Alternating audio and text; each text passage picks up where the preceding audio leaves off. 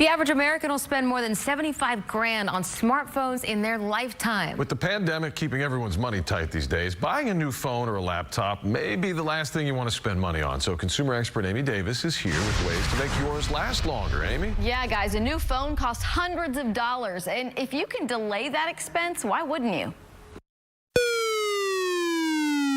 Have you noticed the battery life on your devices dwindle down? I think it lasted a couple of days at the beginning, and now it's like maybe a day. Probably right around the time where it's due for a contract change. While companies promise they've made changes, batteries still deteriorate over time. So how can we slow that down? Replacement batteries are usually pretty inexpensive. They will add 2 more years of full capacity. Turn your devices off once every few days. Keep components dust-free to avoid overheating.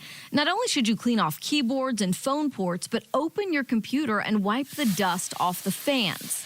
I can't turn it on. Keeping your device within 32 to 95 degrees will help it avoid premature battery drain. It's also vital to organize and update your storage. Over time, they can inundate themselves with log files and just erroneous junk. Delete apps you haven't used in 6 months, keep security current, and keep your device running smooth.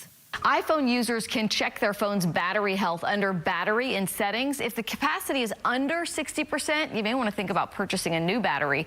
You can also check your phone's storage under General to see what files are taking up the most space. I'm consumer expert Amy Davis, KPRC, Channel 2 News.